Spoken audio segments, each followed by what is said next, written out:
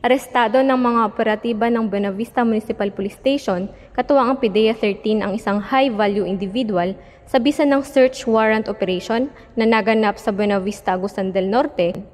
Kinilala ni Police Colonel Filimon Pacios, Provincial Director ang naaresto na si alias Tete, 42 taong gulang, may live-in partner, karpentero at residente ng Purok 1, Barangay Jes, Buena Vista, Agusan del Norte. Sa operasyon na samsam ang 3.8 gramo ng shabu na may standard drug price na 25,840, 3 lighter, isang unit ng Samsung Keypad cellphone at isang Redmi touchscreen cellular phone.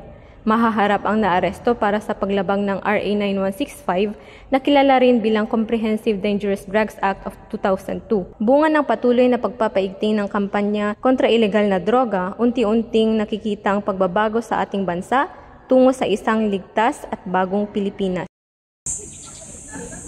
Mula dito sa Police Regional Office 13, ako ang inyong PNN correspondent, Patrolwoman Grace Tibiaen. Alagad ng batas, tagataguyod ng balitang pulis.